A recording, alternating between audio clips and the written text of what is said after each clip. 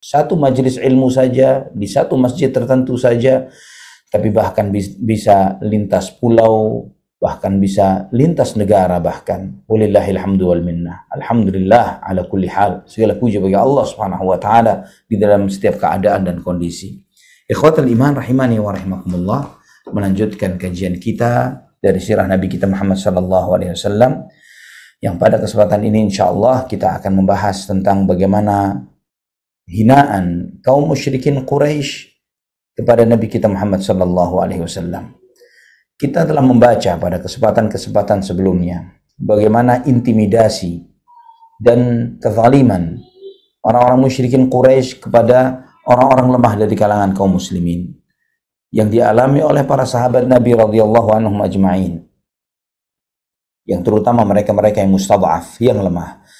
Dan ini tidak menyentuh kepada sosok Nabi kita Muhammad sallallahu alaihi wasallam. Kenapa demikian? Karena beliau begitu agungnya, beliau begitu terhormatnya, beliau sallallahu alaihi wasallam yang setiap siapapun yang melihat kepada beliau, jangankan kawan, jangankan teman, jangankan umatnya, bahkan lawan pun segan melihat beliau sallallahu alaihi wasallam, yang tidak ada seorang pun yang memiliki keagungan kepribadian seperti pada diri Nabi kita Muhammad sallallahu alaihi wasallam, sehingga para tokoh-tokoh dan pembesar-pembesar Quraisy sekalipun dengan segala kebencian yang ada pada diri mereka, mereka sangat mengagumi kepribadian Nabi kita Muhammad sallallahu alaihi wasallam.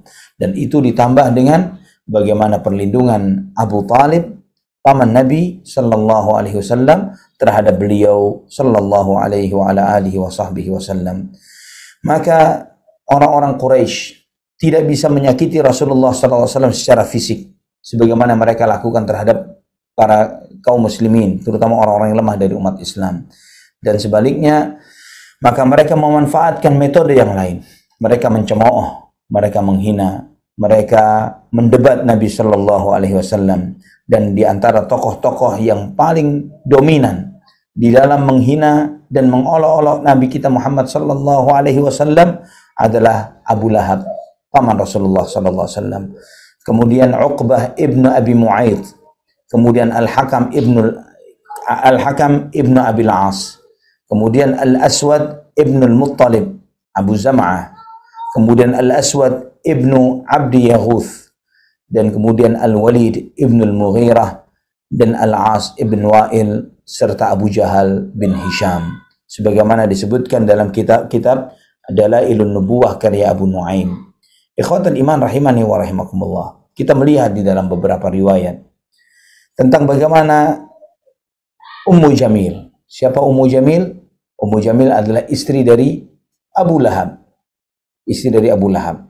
Al-Hakim meriwayatkan di dalam Mustadraknya dengan sanad yang hasan dari Asma binti Abi Bakar radhiyallahu anhuma, bahwa Asma berkata, ketika turun firman Allah, tabbat yada Abi Lahab wa tab, celakalah kedua tangan Abu Lahab dan celakalah dia, dan seterusnya dari satu surat dalam surat tabbat yada Abi Lahab wa tab. Maka datanglah Ummu Jamil binti Harb, ya, dia dengan bergumam, dengan ngomel, dengan marahnya, dan dengan di tangannya membawa batu, ya, dengan membawa batu. Kemudian dia mengatakan, muzammaman abaina wa dinahu qalaina wa amruhu asaina. Ya, dia mengatakan bahwa muzammam, maksudnya muzammam di sini dia menghina Nabi Muhammad sallallahu alaihi wasallam. Kita enggan dengan muzammam. Agamanya kita benci. Apa yang dia perintah kita maksiati, kita tentang. Ketika itu Nabi sallallahu alaihi wasallam sedang duduk di masjid, di Masjidil Haram, di samping Abu Bakar As-Siddiq radhiyallahu an. Ketika Abu Bakar melihat datangnya Ummu Jamil ini, maka dia berkata, ya Rasulullah, qad aqbalat wa ana akhafu an tarak. Dia menghampiri kita ya Rasulullah. Saya khawatir dia akan melihatmu ya Rasulullah. Maka Nabi sallallahu alaihi wasallam bersabda, innaha lan tarani. Dia tidak akan bisa melihatku, kata Nabi sallallahu alaihi wasallam. Maka Nabi SAW melanjutkan membaca Al-Quran. Dan di antara apa yang beliau baca, beliau membacakan firman Allah di dalam surat Al-Isra ayat 45. Wa idza qara'tal Qur'ana ja'alna bainaka wa bainal ladzina la yu'minuna bil akhirati hijaban mastura. Dan ketika engkau membaca Al-Qur'an, maka kami jadikan antara engkau dan orang-orang yang tidak beriman itu, yang tidak beriman dengan hari akhirat itu, hijaban mastura, suatu hijab yang tertutup. Dinding yang membatasi sehingga mereka tidak bisa melihat Nabi sallallahu alaihi wasallam. Maka Ummu Jamil berdiri di hadapan Abu Bakar radhiyallahu an dan dia tidak melihat Rasulullah sallallahu alaihi wasallam. Ya Abu Bakar, ini ukhbirtu anna sahibaka hajani. Ya. Dan Ummu Jamil berkata, wahai Abu Bakar, saya mendapatkan berita kata bahwa temanmu, maksudnya Nabi Muhammad sallallahu alaihi wasallam, telah membuat syair untuk menghinaku. Haja itu adalah salah satu bagian dari jenis syair yang dengan itu seseorang mencela dan menghina seseorang. Maka Nabi radhiyallahu an Abu Bakar berkata, wa rabbi hadzal baiti ma hajaki.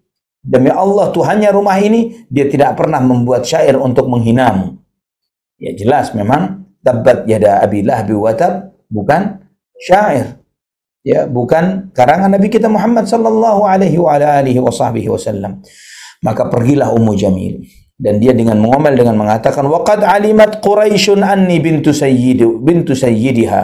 Sedangkan orang Quraisy tahu bahwa aku adalah putri dari tuannya Quraisy, ya. Aku anak orang terhormat dari orang yang paling terhormat di suku Quraisy. Ikhwatal iman rahimani wa rahimakumullah. Antum memperhatikan Abu Lahab disebut namanya di dalam Al-Quran. Tabbat yada abi lahab wa tab. Ya, dan kemudian Allah Subhanahu wa taala ketika menyebutkan tentang Abu Lahab, ketika menyebutkan istrinya wamra'atuhu hammalatal hatab fi jidha hablum min masad, dan istrinya akan memikul kayu bakar yang di tangannya hablum min masad, ada tali yang terbuat dari kasut. Yang di sini ikhwatal iman, kenapa tidak disebut nama istri Abu Lahab sedangkan Abu Lahabnya disebut? Ya, kenapa demikian? Di antara hikmah yang dijelaskan oleh para ulama, karena namanya istri Abu Lahab ini Ummu Jamil, yang secara bahasa mengandung suatu hal yang baik.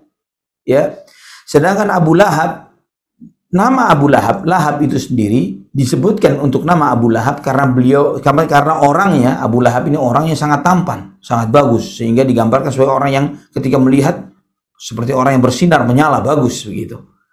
Namun konteks ayatnya jelas ketika menyebutkan bahwa Abu Lahab dia akan masuk ke dalam api, saya selanaran dzata lahab, dia akan masuk ke dalam api yang menyala-nyala, ya, dia akan dibakar dengan api neraka. Ikhwatal iman rahimani wa rahimakumullah. Ibnu Hibban juga meriwayatkan di dalam sahihnya dengan sanad yang sahih, dengan syawahidnya, ya, dengan beberapa riwayat pendukungnya dari Ibnu Abbas radhiyallahu anhuma. Ketika turun firman Allah, tabbat yada abi lahab wa tab, celakalah kedua tangan Abu Lahab dan celakalah dia. Datanglah istri Abu Lahab kepada Nabi sallallahu alaihi wasallam. Ketika itu Nabi sallallahu alaihi wasallam bersama Abu Bakar.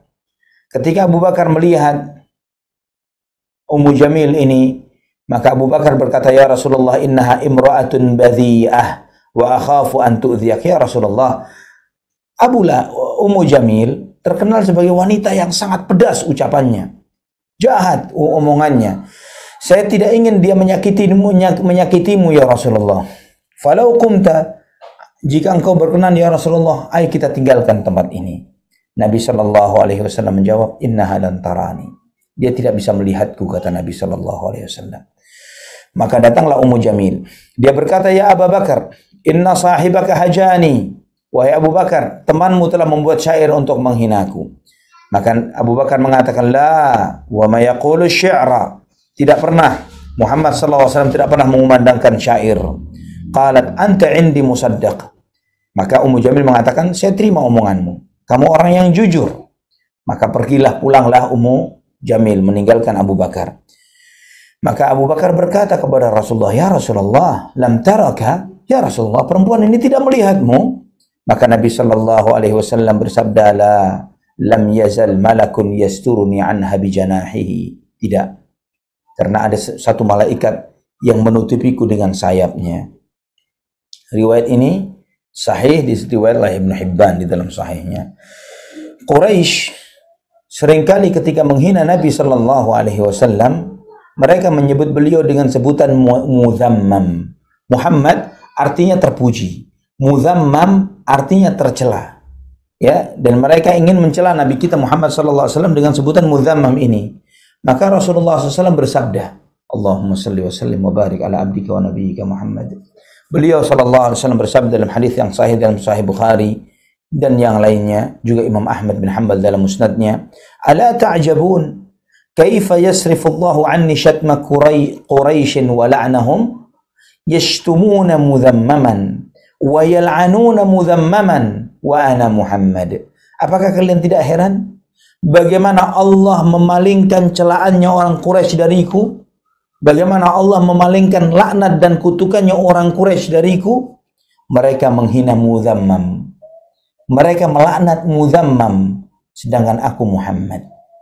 Ikhwatal iman, di sini hikmah dan pelajaran tertentu bagi kita juga, bahwa terkadang sebagian orang ketika mencemooh dan menghina kita, mereka menggunakan kata-kata plesetan dari nama kita, gelar-gelar yang buruk yang tidak tertera di dalam nama kita, dan hal tersebut tidak perlu membuat hati kita tersakiti.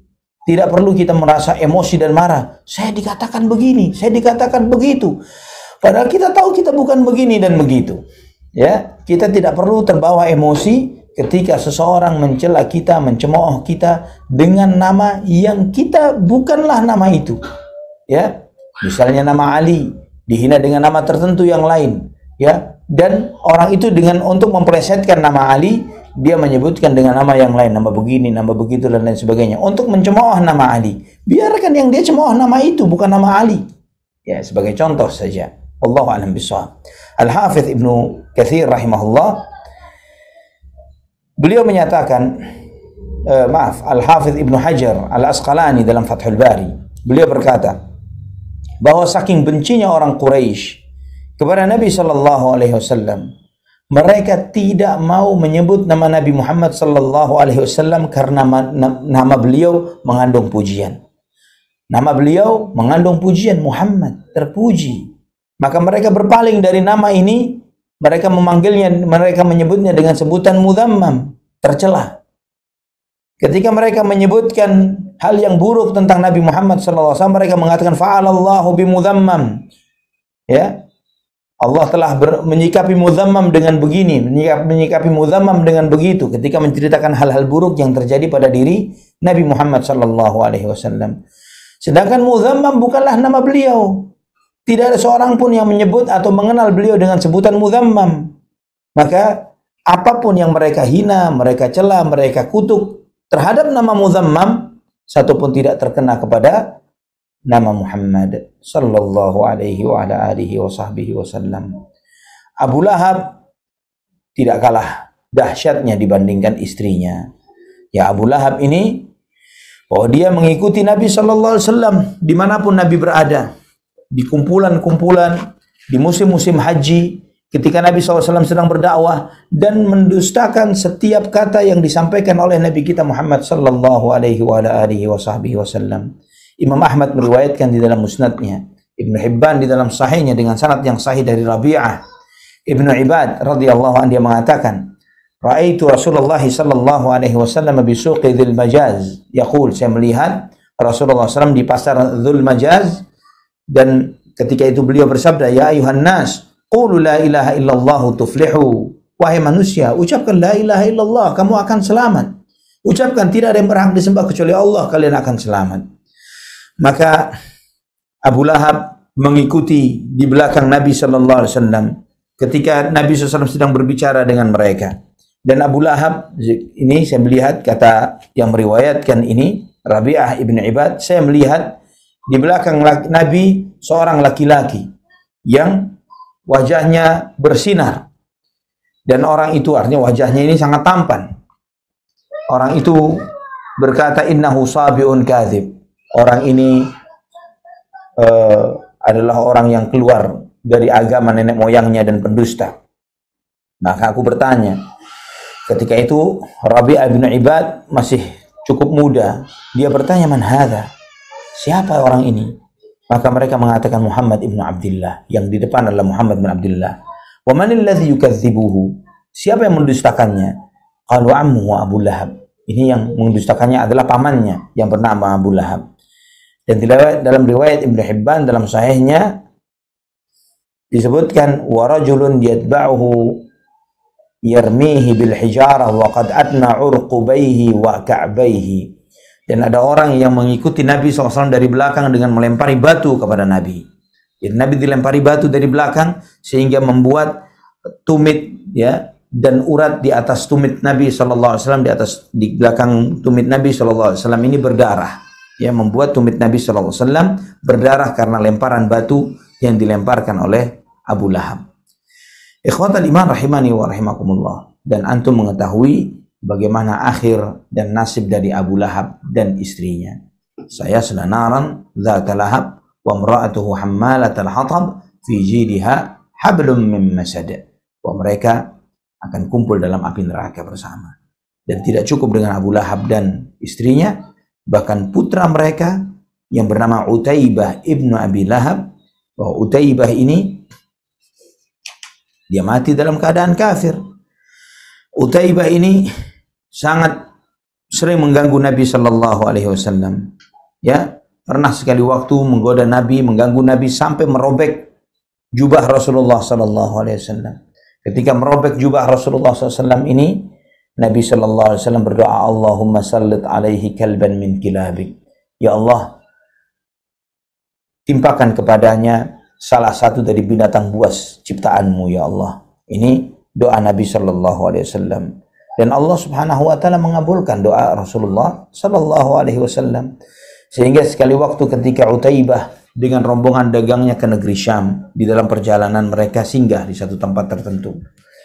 Di saat itu Utaibah berkata kepada rombongannya, akhafu da'wata Muhammad, inni akhafu da'wata Muhammad. Saya khawatir dengan doanya Muhammad, karena dia tahu Nabi Muhammad SAW orang yang jujur, doanya mustajab. Maka mereka mengatakan, kalla, jangan khawatir, tidak akan terjadi. Ya, jangan khawatir, tidak akan terjadi. Maka mereka pun kemudian mengumpulkan barang dagangan yang mereka bawa untuk menjadi semacam tameng bagi Utaibah ini. Maka mereka duduk menjaga Utaibah.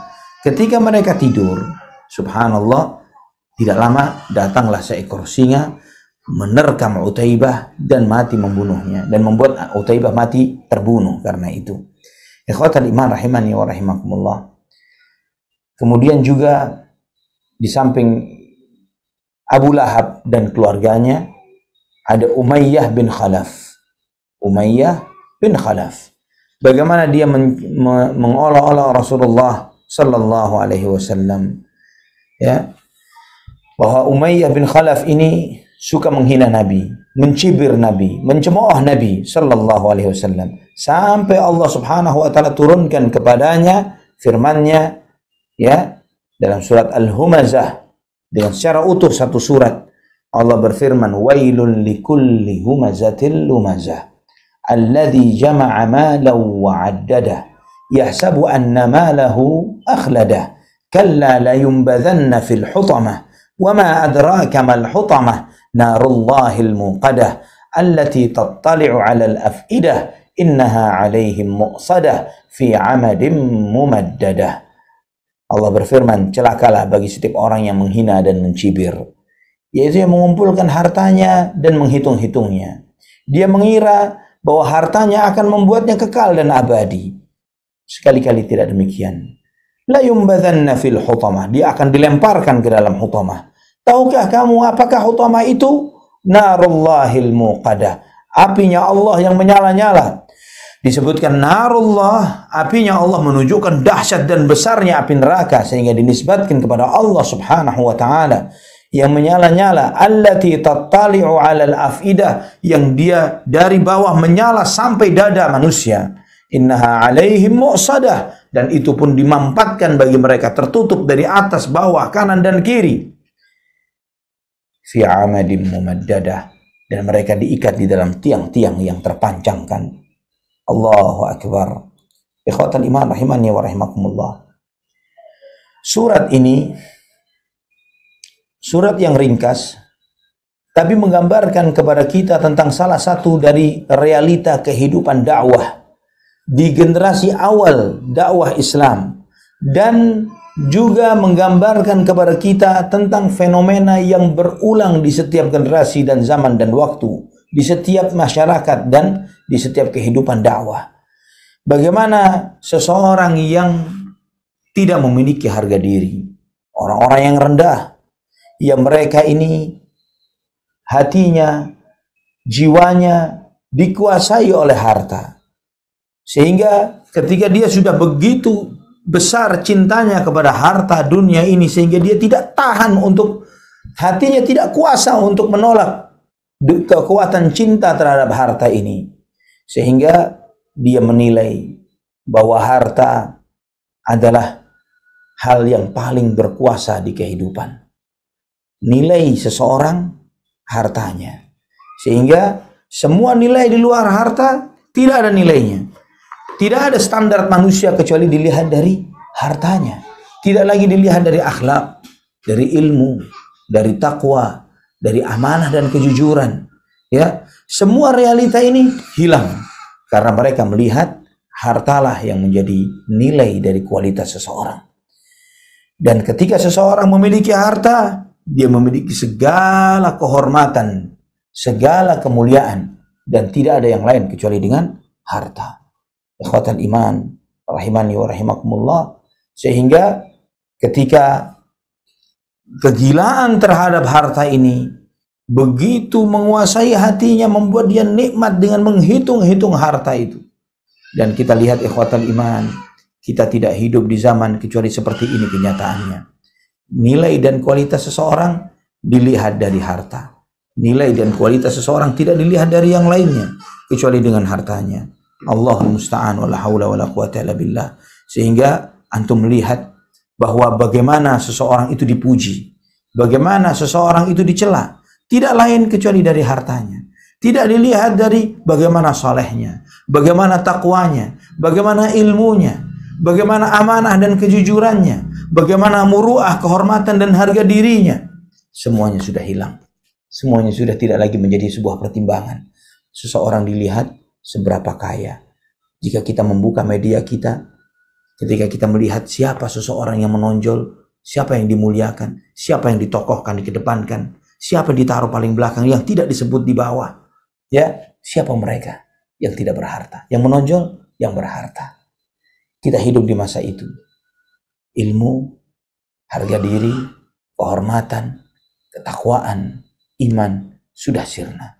Wailul likulli humazatil lumazah alladzi jama'a malahu wa 'addada yahsabu anna malahu akhlada. Ikhwatal iman rahimani wa rahimakumullah. Ketika harta sudah sedemikian mendominasi pada hati seseorang sehingga dia menjadi seorang yang materialis, segala sesuatunya dinilai dengan harta, terhormat dan tidak terhormat karena harta, mulia tidak mulia karena harta.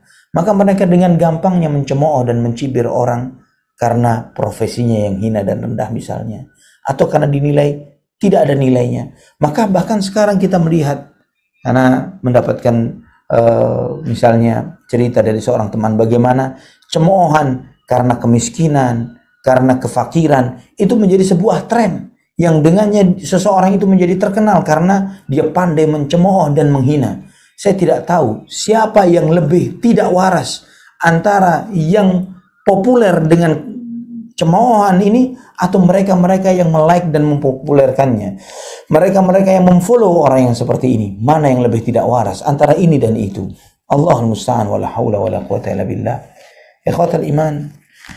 Dan cemoohan ini didukung dengan gerak-gerik perilaku sikapnya, dengan apa yang diucap dengan lisannya, dengan suaranya, dengan sifat yang mereka sebutkan dan segala cara. Maka Allah sebutkan al-lamz wal hamz. Ya, al-lamz wal hamz wa wailul likulli humazah lumazah. Dari kata hamz wal lamz yang artinya humazah itu hamz ya adalah cemoohan, celaan dengan sikap dan postur tubuh, lamz adalah dengan ucapan lisan. Ya, seringkali seorang itu mencemooh orang sekarang dengan mungkin memincingkan mata, memonyongkan mulut mungkin misalnya, atau mendongakkan atau menundukkan kepala dengan gerakan-gerakan tangan, atau dengan apa yang diucapkan oleh lisan. Semuanya adalah bentuk penghinaan seseorang. Ikhwatul iman rahimani wa rahimakumullah. Sesungguhnya apa yang mereka tampilkan dari cemoohan mereka cemoohkan terhadap orang lain hanya karena dunia dan harta, menunjukkan betapa rendahnya kualitas orang tersebut. Betapa kosongnya diri orang itu dari harga diri dan kehormatan. Sedangkan Islam tidak menilai seseorang itu dari apa yang dipakai, dari tunggangan kendaraan apa yang dikendarain, dari jabatan apa yang dimiliki, ya, bahkan tidak melihat pada raut wajah dan postur tubuh. Innallaha la yanzuru ila suwarikum wala ila ajsamikum wa fi riwayat wala ila amwalikum walakin yanzuru ila qulubikum wa a'malikum. Sesungguhnya Allah Subhanahu wa taala tidak melihat pada rupa kalian. Allah tidak melihat pada fisik kalian. Allah tidak melihat pada harta kalian.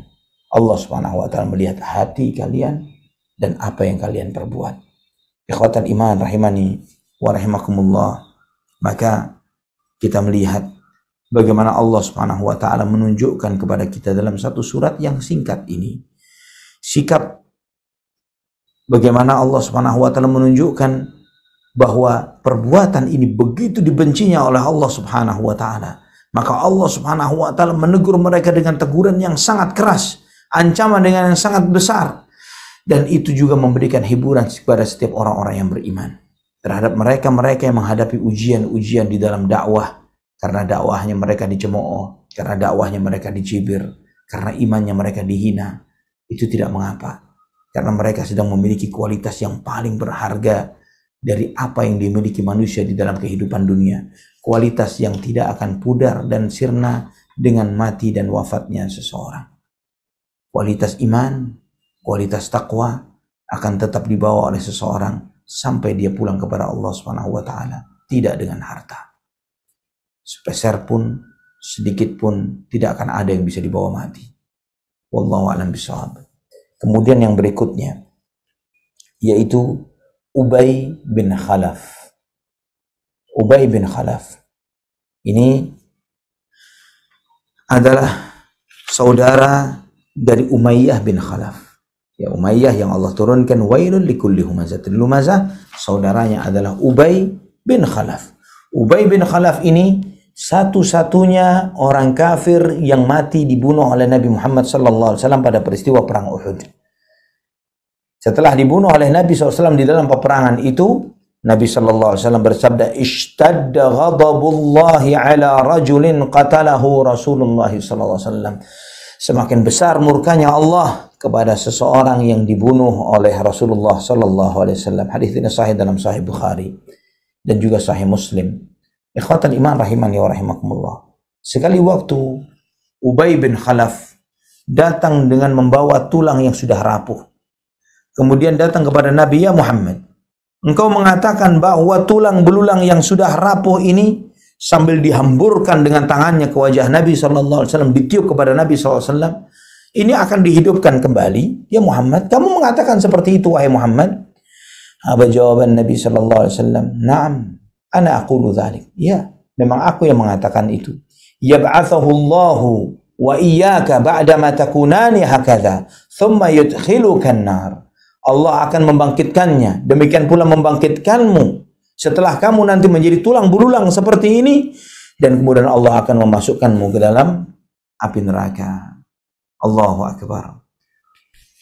Allah Subhanahu wa taala kemudian menurunkan firman-Nya di dalam surat Yasin ayat 78 sampai 83. Allah berfirman, "Wa dharaba lana mathalan wa nasiya khalqah. Qala man yuhyil 'idhama wa hiya ramim. Qul yuhyiha alladhi ansha'aha awwala marrah. Wa huwa bikulli khalqin 'alim.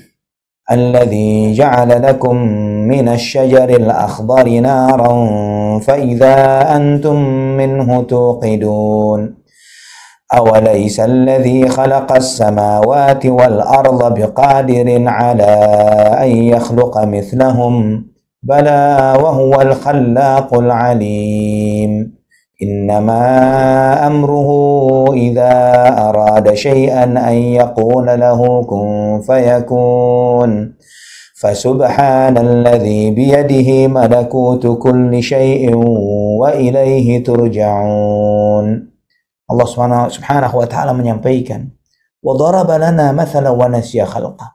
Dia memberikan perumpamaan kepada kami, sedangkan dia lupa tentang bagaimana dia diciptakan. Dia lupa dari apa asal dirinya. Qala man yuhyil 'idhama wa hiya ramim. Dia berkata, siapa yang menghidupkan tulang belulang ketika tulang belulang itu sudah hancur. Qul yuhyiha alladhi ansha'aha awwala marrah wa huwa bikulli khalqin 'alim. Sampaikan kepadanya, yang akan menghidupkan tulang belulang yang hancur itu adalah yang menciptakan tulang belulang itu pertama kalinya. Dan dia maha tahu akan segala makhluk ciptaannya. Dialah Allah subhanahu wa ta'ala yang menciptakan untuk kalian dari pepohonan yang hijau api yang menyala-nyala. Dan dengan itu kalian menyalakan api-api itu. Allah menunjukkan kepada kita bagaimana sebuah pohon yang hijau, yang artinya sesuatu yang bersifat basah, sesuatu yang harusnya jauh dari api. Namun dari situ timbullah Allah subhanahu wa ta'ala memunculkan lawannya dengan api yang kita membakar dengan kayu bakar itu, timbullah api. فَإِذَا أَنْتُمْ مِنْهُ تُوقِدُونَ أَوَلَيْسَ الَّذِي خَلَقَ السَّمَاوَاتِ وَالْأَرْضَ بِقَادِرٍ عَلَى أَنْ يَخْلُقَ مِثْلَهُمْ. Bukankah Allah subhanahu wa ta'ala yang telah menciptakan langit dan bumi lebih kuasa untuk menciptakan mereka, menciptakan manusia, menciptakan tulang belulang? Langit saja Allah ciptakan, bumi Allah ciptakan, apalagi cuman kita manusia. Bala wa huwal khallaqul alim. Benar, dialah yang maha pencipta, al-khallaq, dan maha mengetahui. Innama amruhu idza arada syai'an an yaqula lahu kun fayakun. Sesungguhnya ketetapan Allah Subhanahu wa taala, jika Allah menetapkan sesuatu, jika menghendaki sesuatu, Allah tinggal berfirman jadi, maka jadilah. Fa subhanalladzi biyadihi malakutu kulli syai'in wa ilaihi turja'un. Maka maha suci Allah yang di tangannya lah kerajaan segala sesuatu, dan kepadanya lah kalian semua akan dikembalikan. Ikhwatal iman rahimani wa rahimakumullah. Imam Ahmad meriwayatkan di dalam musnadnya, juga Imam At-Tahawi dalam Mushkilul Athar dengan sanad yang sahih dari Abdullah ibn Amr ibn al-As radhiyallahu anhuma. Nabi sallallahu alaihi wasallam ketika menyebutkan tentang keutamaan salat, di antara apa yang beliau sabdakan, man hafaza 'alaiha kanat lahu nuran wa burhanan wa najatan yaumal qiyamah. Barang siapa yang menjaga salat 5 waktunya ini, maka Allah akan berikan baginya cahaya, burhan, dan keselamatan pada hari kiamat. Cahaya dan bukti kebenaran iman dan keselamatan pada hari kiamat. Wa man lam yuhafiz 'alaiha, dan barang siapa yang tidak menjaga salatnya, lam yakun lahu nuran wala burhanan wala najatan, maka dia tidak akan mendapatkan cahaya, tidak akan mendapatkan bukti kebenaran, dan tidak akan selamat. Wa kana yaumal qiyamati ma'a Fir'aun wa Qarun wa Haman wa Ubay sahibal 'idham. Dan nanti dia pada hari kiamat, dia akan dikumpulkan bersama Fir'aun, bersama Qarun, bersama Haman, dan bersama Ubay bin Khalaf yang telah membawa tulang belulang ini. Ikhwatal iman, ini ancaman yang keras bagi mereka yang tidak menjaga salat 5 waktunya, bahwa nanti mereka akan dikumpulkan bersama Fir'aun, Haman, Qarun, dan Ubay bin Khalaf, wal'iyadhu billah. Hadis ini sahih diriwayatkan oleh Imam Ahmad dan At-Tahawi dalam Mushkilul Athar. Ikhwatal iman rahimani wa rahimakumullah. Adapun salah satu riwayat yang lain dalam Mustadrak Al-Hakim disebutkan bahwa ayat-ayat ini turun kepada Al-As bin Wa'il, ya, kepada Al-As bin Wa'il. Sebagaimana adalah Mustadrak Al-Hakim dengan sanad yang sahih dari Ibnu Abbas radhiyallahu anhuma, beliau berkata bahwa Al-As ibn Wa'il datang kepada Nabi dengan membawa tulang yang telah hancur ini. dan kemudian dia menghancur-hancurkannya, meremukkannya dan berkata, ya Muhammad, ayab'atsullahu hadza ba'da ma'arim? Ya Muhammad, apakah tulang yang hancur ini akan dibangkitkan setelah dia hancur seperti ini? Nabi SAW bersabda, na'am, yab'atsullahu hadza yumituka thumma yuhyika thumma yudkhiluka nara jahannam. Ya, Allah akan menghidupkan tulang itu. Allah akan mematikanmu, Allah akan menghidupkanmu, dan Allah akan memasukkanmu ke dalam neraka jahannam. Maka turunlah di antaranya firman Allah dalam surat Yasin ini, awalam yaral insanu anna khalaqnahu min nutfatin fa idza huwa khasimun mubin, dan seterusnya. Apakah manusia tidak melihat bahwa kami telah menciptakannya dari nutfah, dan ketika dia dewasa, ketika dia besar, kemudian dia menjadi penentang yang sangat nyata? Kita dicipta dari nutfah, dari sperma. Maka Al-Hafidz Ibnu Katsir ketika menyebutkan riwayat-riwayat ini, beliau mengatakan, berdasarkan semua apa yang disampaikan, apakah ayat ini turun untuk Ubay bin Khalaf atau kepada Al-As bin Wa'il, ya, atau kepada mereka berdua? Dan sebenarnya pada hakikatnya ayat ini turun terkait dengan semua mereka yang menolak akan kebenaran hari kebangkitan. Karena Allah ketika berfirman, awalam yaral insan, apakah manusia tidak memperhatikan? Ini bersifat umum. Bersifat umum terhadap mereka-mereka yang menolak hari kebangkitan. Ikhwatal iman rahimani wa rahimakumullah. Kemudian berikutnya adalah orang yang paling hina dan celaka dari para penghina-penghina Rasulullah sallallahu alaihi wasallam, yaitu Uqbah ibnu Abi Mu'ayth. La'anahullah. Uqbah ibnu Abi Mu'ayth. Abu Nuaim meriwayatkan di dalam Dalailun Nubuwah dengan sanad yang sahih dari Ibnu Abbas radhiyallahu anhuma bahwa Uqbah ibnu Abi Mu'ayth pernah membuat makanan, ya, dan mengundang Nabi Muhammad sallallahu alaihi wasallam untuk hadir ikut makan di rumah beliau, di rumah Uqbah ini, untuk hadir makan di rumah Uqbah. Maka Nabi SAW datang memenuhi undangan itu. Namun ketika disajikan makanan ini kepada Rasulullah sallallahu alaihi wasallam, Rasulullah sallallahu alaihi wasallam tidak mau memakannya. Beliau sallallahu alaihi wasallam bersabda, "Ma ana billadzi akulu min ta'amika hatta tashhada an la ilaha illallah wa anni Rasulullah." Saya tidak akan makan makananmu sampai engkau bersaksi bahwa tidak ada yang berhak disembah kecuali Allah dan aku adalah utusan Allah Subhanahu wa taala. Dan ikhwatal iman, orang Quraisy, orang-orang kafir Quraisy, orang-orang masyarakat jahiliyah, mereka ketika menyajikan suatu makanan kepada tamu, mereka sangat pantang dan sangat malu jika sajiannya ini tidak disentuh oleh tamunya. Ya, jadi ini beda dengan sebagian tradisi masyarakat kita, terutama di Jawa. Ya, di masyarakat Jawa, ketika makanan disajikan, biasanya tamunya tidak akan menyentuh sebelum silahkan disentuh, silahkan dimakan, silahkan diunjuk, misalnya gitu ya. Ditawarkan untuk dikonsumsi, baru kita ambil, baru kita makan. Namun di kalangan Arab, mereka sesuatu yang dikeluarkan nggak pakai dipersilahkan, harus dikonsumsi, ya, tanpa harus disajikan. Karena memang dikeluarkan untuk dikonsumsi. Kecuali kalau kita iseng masuk ke dapurnya, baru itu yang kurang ajar, ya.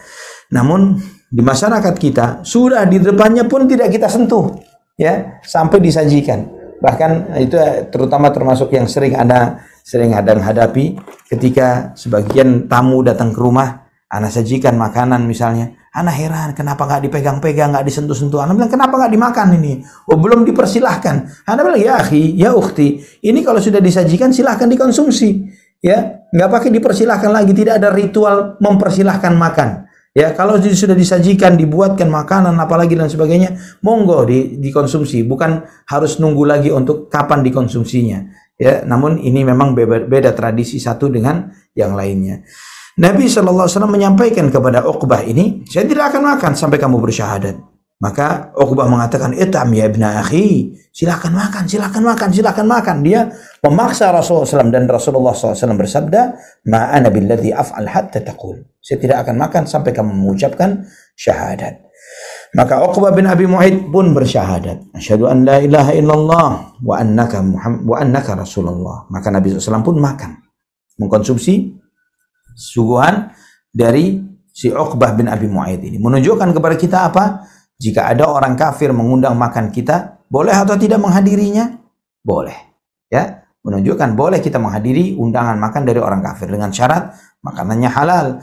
Dengan syarat undangan itu tidak ada unsur-unsur haram di sana. Ya, beda ketika undangan makan untuk merayakan hari rayanya mereka. Ini mengandung sesuatu yang haram, maka kita tidak boleh menghadirinya. Maka berita ini sampai kepada Ubay bin Khalaf. Ini teman dekat dengan Uqbah ini. Ya, teman dekat dengan Ubay. Sampai kepada Ubay bin Khalaf. Maka datanglah Ubay ini kepada Uqbah. Sabauta ya Uqbah, apa kamu sudah murtad? Sudah keluar dari agama nenek moyangmu, wahai Uqbah? Maka Uqbah mengatakan, la wallahi ma sabaut. Tidak, saya tidak keluar dari agamaku. Walakin dakhala alayya rajul fa'aba an yat'ama min ta'ami illa an asyhada lahu. Ya, namun Muhammad saya undang makan dan dia tidak mau makan kecuali saya bersyahadat untuknya. Fastahyaitu an yakhruja min baiti qabla an yat'am, dan saya malu jangan sampai dia keluar dari rumahku dan dia belum makan apa yang saya sajikan. Maka aku bersaksi tujuannya untuk supaya dia makan, itu saja, tidak lebih dari yang lain. Maka Ubay mengatakan, saya tidak akan ridho, saya tidak akan terima dengan sikapmu ini selama-lamanya sampai kamu temui Muhammad dan kamu ludahi wajahnya. A'udzubillah. Sampai kamu meludahi wajah Muhammad sallallahu alaihi wa ala alihi wa sahbihi wasallam. Allahu Akbar. Maka Uqbah bin Abi Mu'aid ini datang mendatangi Nabi dan meludah ke wajah Rasulullah SAW, alaihi la'natullah. Alaihi la'natullah. Dia meludah ke wajah Nabi SAW. Allahu Akbar. Maka Allah Subhanahu wa ta'ala turunkan firman-Nya. Di antara apa yang Allah firmankan di dalam surat Al-Furqan, وَيَوْمَ يَعَضُّ الظَّالِمُ عَلَى يَدَيْهِ يَقُولُ يَا لَيْتَنِي اتَّخَذْتُ مَعَ الرَّسُولِ سَبِيلًا يَا وَيْلَتَى لَيْتَنِي لَمْ أَتَّخِذْ فُلَانًا خَلِيلًا لَقَدْ أَضَلَّنِي عَنِ الذِّكْرِ بَعْدَ إِذْ جَاءَنِي وَكَانَ الشَّيْطَانُ لِلْإِنسَانِ خَذُولًا. Dan nanti pada hari kiamat, ingat nanti pada hari kiamat, yauma ya'addu zalimu ala yadayhi, ketika orang zalim akan menggigit kedua jari jemarinya, kedua tangannya ini, yaqulu ya laitani ittakhadhtu ma'ar rasuli sabila, dia akan menyesal dan mengatakan, andai kata dahulu aku menempuh jalan Rasulullah sallallahu alaihi wasallam, ya wailata laitani lam attakhidh fulanan khalila, celaka binasa diriku, kenapa aku tidak, andai kata aku tidak berteman dengan si fulan. Laqad adallani 'anidz dzikri ba'da idz ja'ani, dia telah menyesatkanku dari kebenaran, dari peringatan ini setelah kebenaran itu dan peringatan itu datang kepada aku. Wa kana syaitanu lil insani khadula, dan syaitan sangat menghinakan manusia. Syaitan sangat menghinakan manusia. Ikhwatal iman rahimani wa rahimakumullah. Al-Quran, ayat-ayat ini dalam surat Al-Furqan, ayat 27, 28, 29 dari surat Al-Furqan, menggambarkan kepada kita di antara fenomena yang terjadi pada yaumul qiyamah. Menggambarkan kepada kita penyesalan orang-orang yang zalim, yang salah jalan, yang tersesat jalannya. Yang mereka akan menyesal dengan lama yang tidak ada yang tahu kecuali Allah Subhanahu wa ta'ala. Yang ikhwatal iman rahimani wa rahimakumullah, setiap kita yang membaca ayat ini, kita membayangkan betapa penyesalan itu tiada henti-hentinya. Bagaimana orang zalim itu yang dia enggan mengikuti ajaran Nabi sallallahu alaihi wasallam, dia menyesal dengan penyesalan yang begitu dalam. Yawma ya'addu adh-dhalimu 'ala yadayhi, nanti pada hari itu orang zalim akan menggigit jari jemarinya. Wa yaqulu ya laitani ittakhadhtu ma'ar rasuli sabila, dia berkata, andai kata aku menempuh jalannya Rasulullah sallallahu alaihi wasallam. Ya wailata laitani lam attakhidh fulanan khalila, celaka diriku, kenapa aku tidak, andai kata aku tidak berteman dengan si fulan. Dia menyesali pertemanannya dengan seseorang. Dia menyesali kenapa dia tidak menempuh jalannya Rasulullah sallallahu alaihi wasallam. Laqad adallani 'anil dzikri ba'da idz ja'ani, dia telah menyesatkanku dari peringatan setelah peringatan itu datang kepada aku. Wa kana syaitanu lil insani khadula, Ikhwatal iman, dia diam, hati dengan gemuruh penyesalan yang tiada henti, penyesalan yang masuk ke dalam hati yang paling dalam bagi dirinya. Waktu yang sekian lama, penyesalan yang saat ini dia rasakan di kuburnya, nanti pada yaumul qiyamah lebih dahsyat lagi penyesalan itu. Ikhwatal iman, sehingga kita pun yang membaca ayat-ayat ini merasakan penyesalan itu. Allahul musta'an wala haula wala quwata illa billah. Allahul musta'an wala haula wala quwata illa billah. Kemudian selanjutnya Al-Akhnas ibnu Syuraiq. Untuk yang satu ini radhiyallahu an, karena beliau akhirnya masuk Islam. Al-Akhnas ibnu Syuraiq Al-Thaqafi, dari suku Thaqif, adalah suku yang memiliki perjanjian untuk saling melindungi dan saling jaga dengan Bani Zuhrah. Nama aslinya adalah Ubay. Kenapa disebut dengan Al-Akhnas? Al-Akhnas itu artinya yang mundur dari kesepakatan. Ya, yang mundur dari kesepakatan. Itu arti dari sisi bahasa dari kata Akhnas. Karena dia menolak kesepakatan dengan Bani Zuhrah, ya, yang setelah peristiwa perang Badar, dia menerima kabar bahwa Abu Sufyan selamat dengan rombongannya sampai ke kota Mekah. Ya, karena itulah dia katakan khanasal akhnasu bi Bani Zuhrah, bahwa Akhnas telah menolak, telah memundurkan kesepakatannya dengan Bani Zuhrah. Maka dia disebut dengan sebutan ini, dan dia akhirnya masuk Islam. Dia termasuk yang mu'allaf. Dia ikut perang bersama Nabi SAW pada peristiwa perang Hunain, dan beliau termasuk yang mati di masa pemerintahan Khalifah Umar ibnul Khattab radhiyallahu anhuma.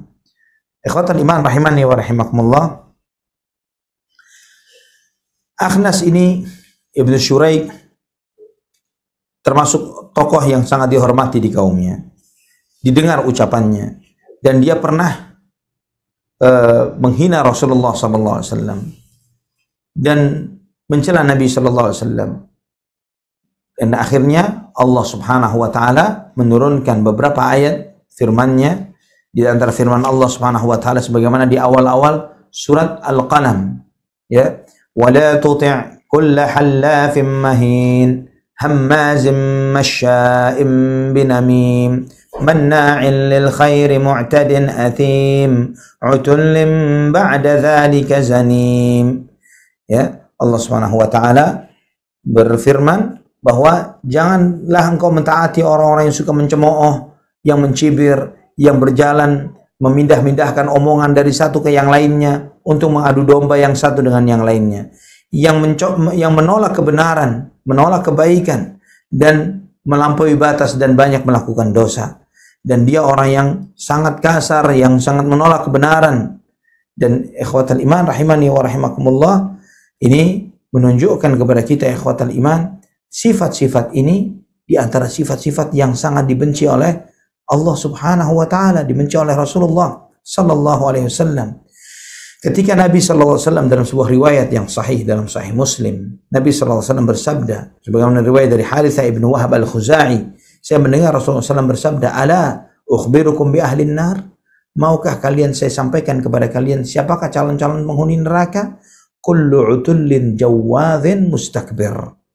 Setiap orang yang utul itu artinya pembangkang. Datang kebenaran ditolak, datang kebenaran ditolak. Ini utul. Jadi ngeyel, ya kata orang Jawa, ngeyel. Sudah tahu yang benar tapi dia terus menolak. Sudah tahu ada yang benar dia terus menolak. Jawadhin mustakbir itu orang yang congkak dan sombong. Ya, kelihatan dari sikapnya congkak. Dari cara berjalannya, cara duduknya, cara sikapnya, ini orang yang congkak dan sombong. Ini adalah disebutkan oleh Nabi. Saya beritahukan kepada kalian di antara sifat penghuni neraka adalah yang seperti ini.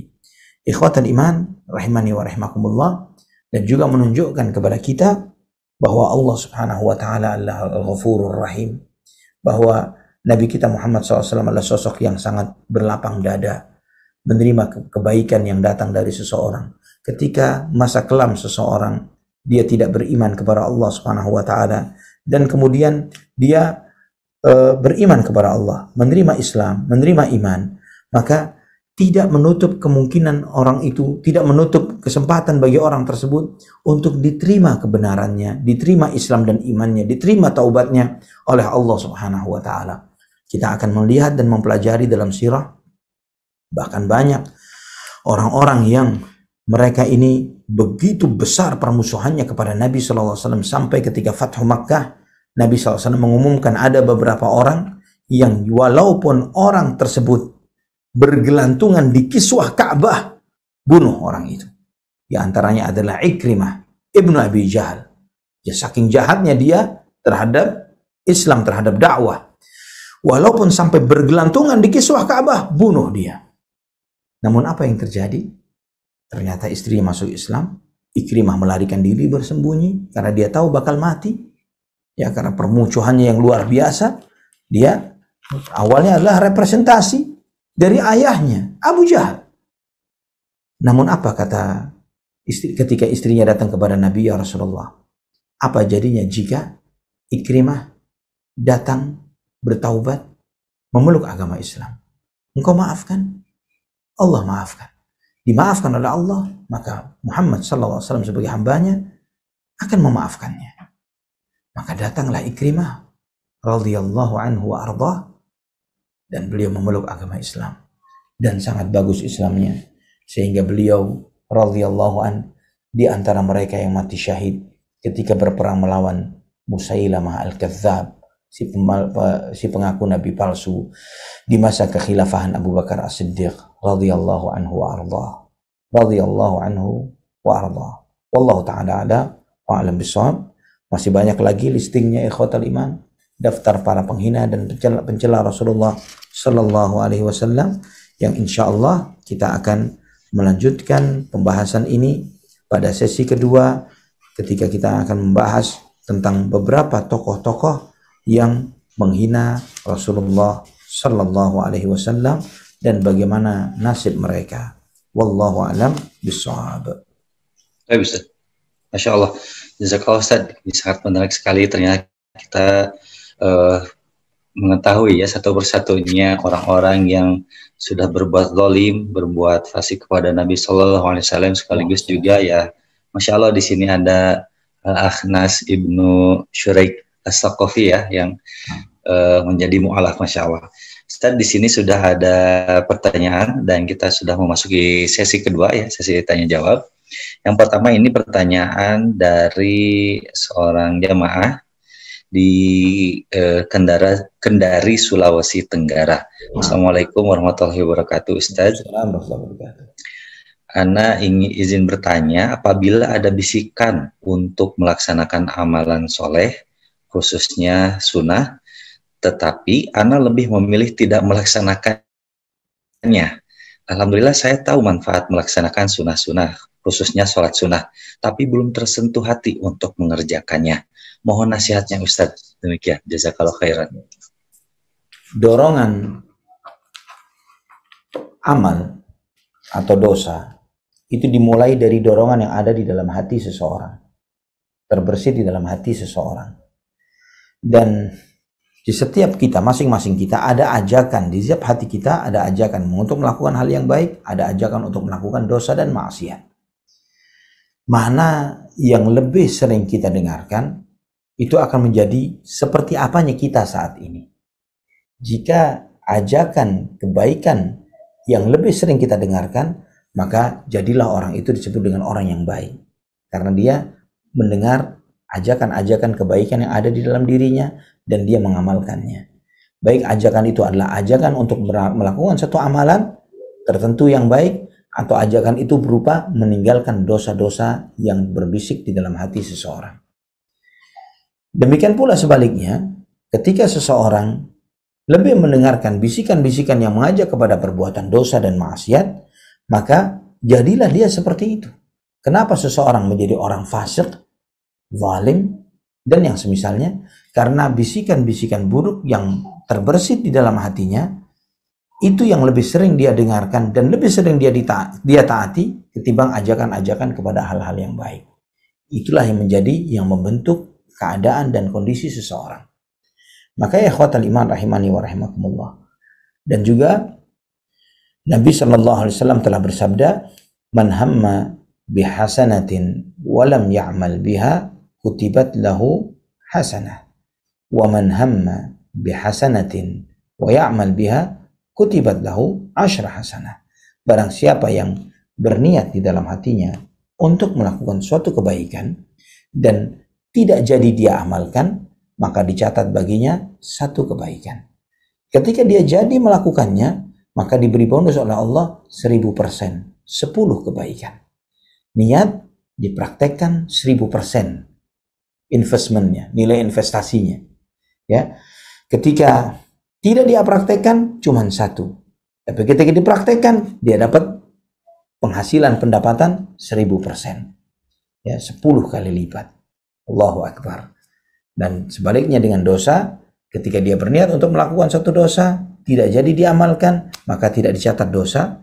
Tapi ketika dia berbuat satu dosa, dicatat 1 dosa oleh Allah Subhanahu wa taala. Ini menunjukkan luasnya rahmat Allah Subhanahu wa taala.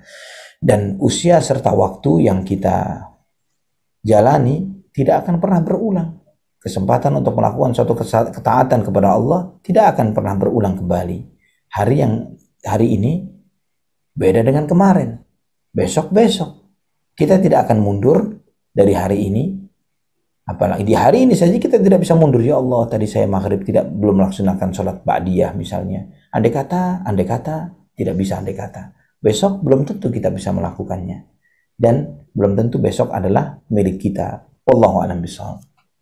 Ustaz, mudah-mudahan untuk akhi atau ukhti ini yang tadi bertanya di Kendari, Sulawesi Tenggara mendapatkan keteguhan dan keistiqomahan untuk melaksanakan amalan sunnah sekecil apapun ya. Barakallahu fiik. Berikutnya ini pertanyaan dari Dela di Tangerang. Bismillahirrahmanirrahim. Assalamualaikum warahmatullahi wabarakatuh. Waalaikumsalam. Semoga Ustaz, keluarga, tim, dan peserta kajian senantiasa dalam lindungan Allah Ta'ala, diberikan keberkahan dalam ilmu dan pengamalannya, serta diberikan pertolongan Allah untuk mudah bersyukur dan istiqomah. Amin ya rabbal alamin. Masya Allah. Afwan Ustaz, izin bertanya, jika setelah kita belajar sunnah dan kita menemukan bacaan sholat kita selama ini belum sesuai sunnah, dan kita dalam proses untuk menghafal bacaan yang sesuai sunnah, apakah kita diperbolehkan membawa catatan ketika sholat, atau sambil berjalan menghafal kita gunakan bacaan yang kita ketahui? Demikian Ustaz pertanyaannya. Jazakumullahu khairan atas kesempatan bertanyanya. Barakallahu fiik. Nah, ketika kita menyadari bahwa apa yang kita amalkan ternyata tidak sesuai sunnah, maka tinggalkan yang tidak sesuai sunnah tersebut dan amalkan yang sunnah. Nah, di dalam proses belajar, ketika dalam proses belajar ini, sholat dengan membawa catatan, wallahu a'lam bishawab, saya tidak tahu nas yang membolehkannya. Saya tidak tahu nas riwayat yang membolehkan sholat dengan membawa catatan, terutama adalah doa istiftah. Bahkan Nabi SAW ketika ada salah seorang sahabat yang baru masuk Islam, dan dia mengatakan bahwa susah baginya untuk menghafal Al-Fatihah. Ya, Nabi SAW tidak mengatakan bahwa catatan dan lain sebagainya. Namun Nabi SAW mengajarkan baca subhanallah, alhamdulillah, wa la ilaha illallah, Allahu akbar, wa la hawla wa la quwata illa billah, dan jadikan ini di dalam setiap sholatmu. Subhanallah, alhamdulillah, wa la ilaha illallah, Allahu akbar, wa la hawla wa la quwata illa billah, dan jadikan ini di dalam setiap sholatmu. Ini konteksnya tidak hafal Al-Fatihah. Nah, wallahu a'lam bishawab. Maka oleh karena itu, nasihat ana, jika memang ingin menghafalkan doa istiftah yang sesuai sunnah, pilih doa istiftah yang paling pendek, yang paling gampang dihafal. Itu pertama. Yang paling pendek, yang paling gampang dihafal, yang sesuai dengan sunnah Nabi SAW. Dengan demikian, maka proses menghafalnya tidak terlalu lama. Jangan ambil yang panjang-panjang.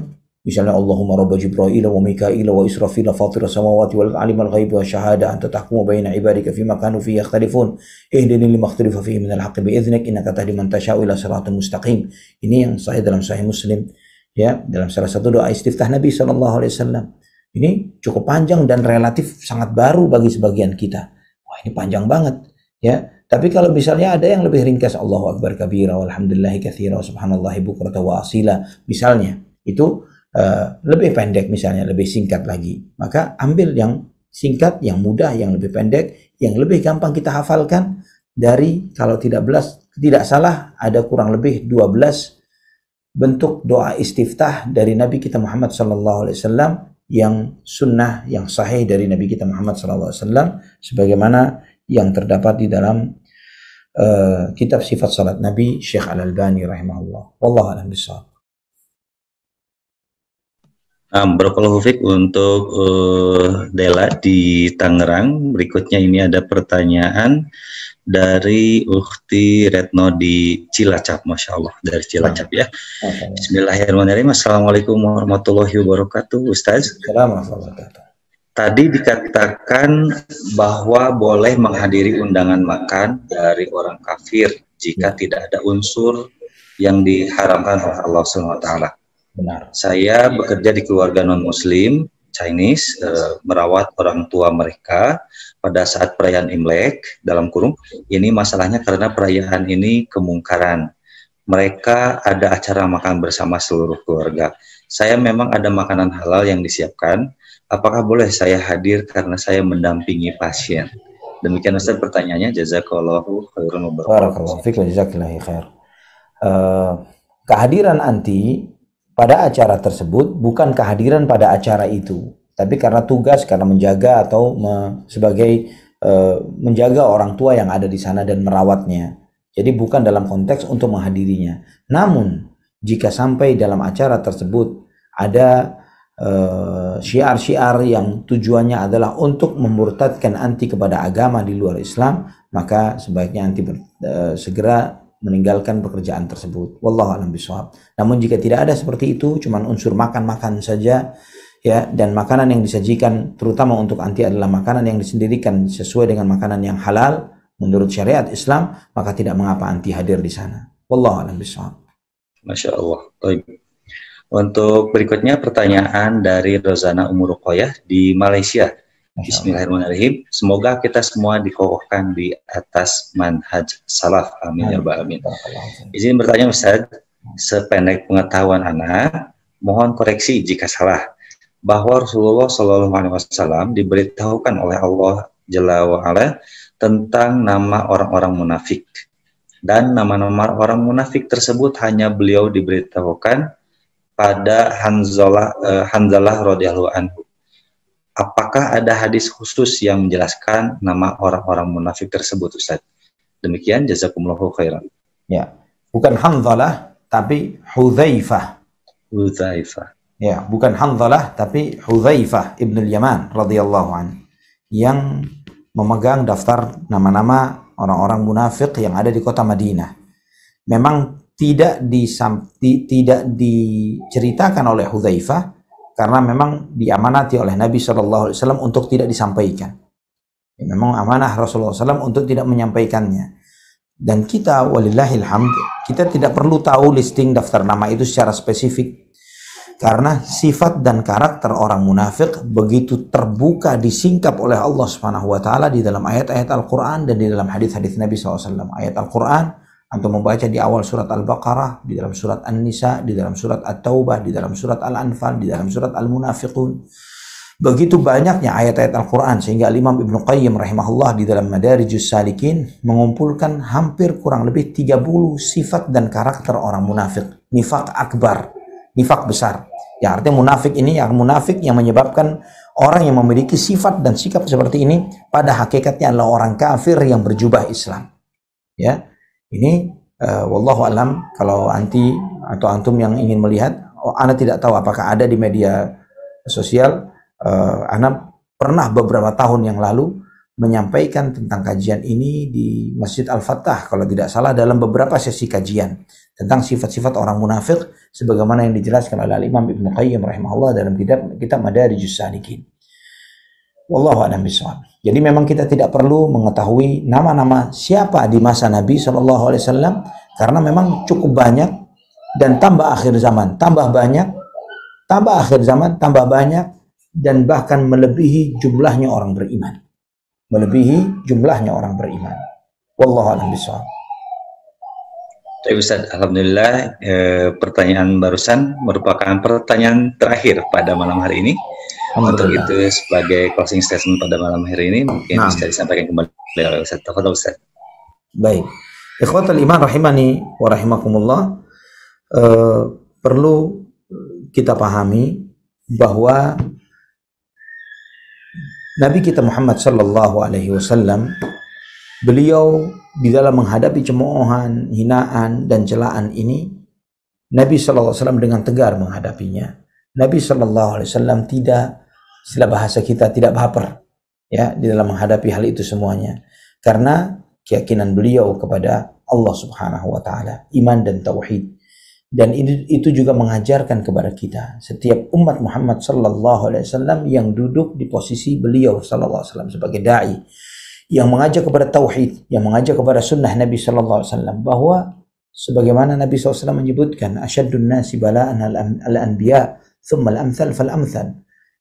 Manusia yang paling berat ujiannya para nabi, dan semakin mirip mereka akan mendapati ujian yang tidak kalah hebatnya dengan para nabi.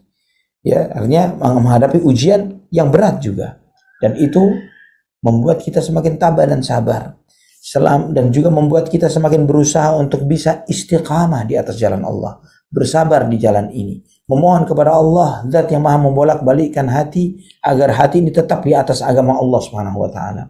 Memohon kepada Allah agar kita tetap diistiqamahkan dan jangan sampai kita futur, jangan sampai kita berhenti, jangan sampai kita belok dari jalan yang benar ini. Memohon kepada Allah Subhanahu wa taala agar andai kata pun kita harus berakhir hidup kita, kita berakhir di atas jalan yang lurus ini, sehingga kita dikumpulkan bersama Nabi kita Muhammad sallallahu alaihi wasallam dan para sahabatnya radhiyallahu anhum ajmain. Mungkin sampai di sini kesempatan kita. Insyaallah pada kesempatan berikutnya masih dengan tema yang sama, kita akan membahas tentang hinaan dan celaan atau cemoohan orang-orang kafir Quraisy terhadap Rasulullah sallallahu alaihi wasallam. Aqulu qouli hadza, subhanakallahumma wa bihamdik, asyhadu an la ilaha illa anta astaghfiruka wa atubu ilaik. Wassalamualaikum warahmatullahi wabarakatuh. Barakallahu fikum. Waalaikumsalam warahmatullahi wabarakatuh. Syukran jazakallahu khairan kepada Ustaz Ali Hasan Bawazir hafizahullah taala. Terima kasih Ustaz. Untuk malam hari ini sangat luar biasa sekali, Masya Allah Ustaz menyempatkan waktu di tengah-tengah kesibukan dan